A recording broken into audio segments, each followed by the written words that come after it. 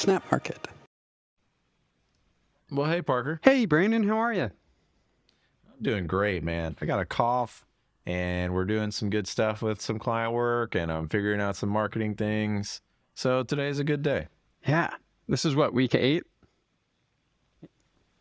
Something like that. Week 9, maybe. I forget. Yeah. We started, August 1st? So, yeah. Here we are. Wow. I think maybe since we recorded last time, we did quite a few updates to the website. Yes. To the website and the app. Our changelog is growing. Yeah. Yeah, we'll publish that changelog soon. Yeah. I'm wondering, we got part of what we updated was we added a testimonial from Devin Smith.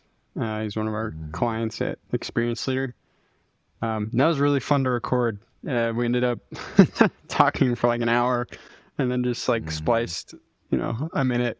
But that was really good feedback. It's so nice that our clients are so kind to us. Yes, Talk us up. I love it. We don't deserve that, but we'll steward that well. What was great in that conversation too is we talked about a different way he could approach so he's rebranding, and we talked about a different way he could approach it with some of his, theological or, faith convictions, and it's really exciting to like marry someone's like internal purpose with their brand and just talk about how we could like bring that out more. And it really energized him. And so I'm excited to like be able to work with clients where we could do that more often. Yeah. Yeah. It's a help, in our Working Theology podcast, we talked to Alan Hughes. We need to release that episode. But it was all about like vocation and calling. And I think it's been called passion, chasing your passion in the past, Sure. But specifically aligned with like the will of God. There's this calling, which is somewhere in alignment with that passion plus, a concerted effort to love and follow God. And in marketing, we can sort of help people find those stories,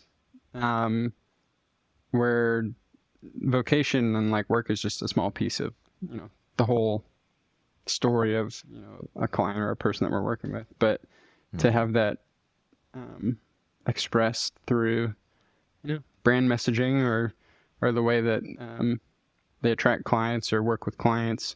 It's pretty cool. It's not like the most important thing in the world, but it's significant. So, yeah. Well, it gives you that energy, it's the way that we're even thinking about Snapmarket. We're like, how can we talk about redemptive entrepreneurship or capital stewardship or efficiency or joy or whatever? How can we talk about these things in our business in a way that makes sense? And it's not like, gloating or like, being, I don't know, overly spiritual or whatever, but excuse me, just like, what are some ways that we can bring that in, Yeah. And it's like, even temperament, like I think our temperament is very much like speed, efficiency. We're tool heads. We love finding new little software tools or processes or whatever. Like, how could we marry that temperament or personality or interest that we have with like the work that we do? And how does that come through in messaging? How can we serve our clients like that? That's all the stuff that's wrecking my brain right now. Yeah. Yeah. Efficiency for the sake of relationship. If we can do the work faster, we can spend time with people more, maybe. It's kind of the vibe. I think there's something to that. And one of the things we added to our website was these 3 commitments. First was generosity. As a company, we're committing to give away 10% of our gross revenue, top line, to charity. And we had some external resources there: economic wisdom, capital stewardship, redemptive entrepreneurship. Do you want to comment on those? Yeah, something that I'm exploring a lot in my just personal or academic life is the idea of capital stewardship or a theology of capitalism. So I'm an associate fellow at the Kirby Lang Center for Public Theology in Cambridge, and we have a research hub, and one of the research hubs that I'm in is on capital stewardship. And so it's with investment managers or wealth managers, family office managers, and talking about how could how could we build a really rich, robust theology of stewarding resources? And typically that's a financial or, kind of your treasure component, but there's more to it. There's your time, your talents, and things like that. And so, but anyway, we're focusing on the financial side, and it's just really interesting to hear like what is God's view of money, more than just tithing or usury or something like that. It's something that's much more rich and thoughtful. So that's where I come from on that end. That's great. Yeah, I'm sure we'll explore that more on the working theology side of things. So we also committed to simplicity, and some of these are like things we aspire to. Yeah. But we're asynchronous as much as possible, allowing us to focus and rest while still being effective. We aim to practice the way, which is a nod to practicing the way, with our redemptive business, which is a nod to praxis and rule of life.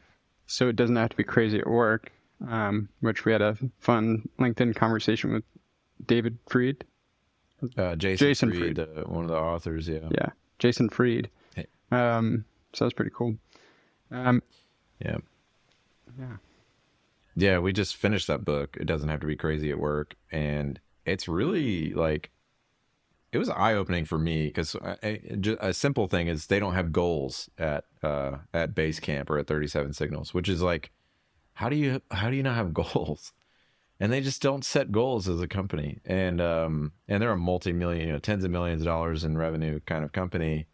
And they do, talk about revenue and profit. Those are the two kind of things that they look at. But aside from that, they don't have these like quarterly, goals that they wrap around. So just things like that. Yeah, one of the other things that I thought was fascinating about it doesn't have to be crazy at work. They don't do a ton of user testing. They just ship and then get feedback. It's pretty awesome. Yeah, Jason was like, so you guys should use Basecamp. Which, sure, but the kind of things that I love about Linear is its keyboard shortcuts and how fast it is. I mean, I just like the Linear methodology, but I like the philosophy and thinking of the owners of Basecamp. Yeah. So I get why maybe it would be a good fit if we don't like Linear, but I really love Linear right now. So. Yeah, so it's nothing against Basecamp. I think it's a great tool. Not at all. So, same thing with Hey. I've always wanted to try Hey for email, but Google has so much, and then put Superhuman on top of it, and it's like, all right, man, it's hard to do. Yeah. So anyway, but I like that. Yeah. So, and our podcast is now on YouTube. Hello, everybody. Oh yeah. Hey, yeah. Here we are. So, anyways, that's kind of the TLDR of our website there. And next is just getting people to look at it, right? All right, that's the hard part. Yeah, so we're thinking through like messaging, landing page, LinkedIn campaign, all that kind of stuff to figure out like what is it that's actually resonating with people. Because we talk, for example, I heard this from 2 sales calls this week, that we talk about speed a lot, but speed for what purpose, or what is the value of being quick? And to me, I thought it was rather obvious. Like we delight your customers, your client services business, and by shipping things at a quick speed. But it's also being relevant. If you have a marketing asset that you're responding to some kind of event or trend or something, if you wait too long, even a week or two sometimes, depending on the context, that's slow and people won't care anymore. And so if you can get into market really quickly with either a thought or a post or idea or whatever, I think it's really important.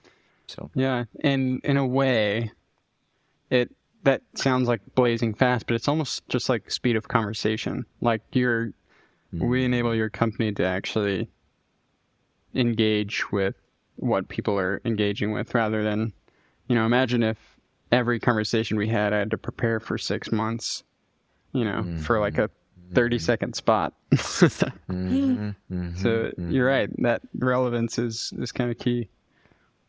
Yeah. And plus, like you're saying, like we could have a conversation like this. You could tell me all the nuances and facets of it, but then we take that conversation and make all the assets out of it in a week. I mean, that or a couple of days, depending on where it falls in the week. But I just think that's really powerful. But to the point of the people I was talking to this week, we need to make that much more clear on our website and our messaging and things like that. So that's what we're working on. Cool.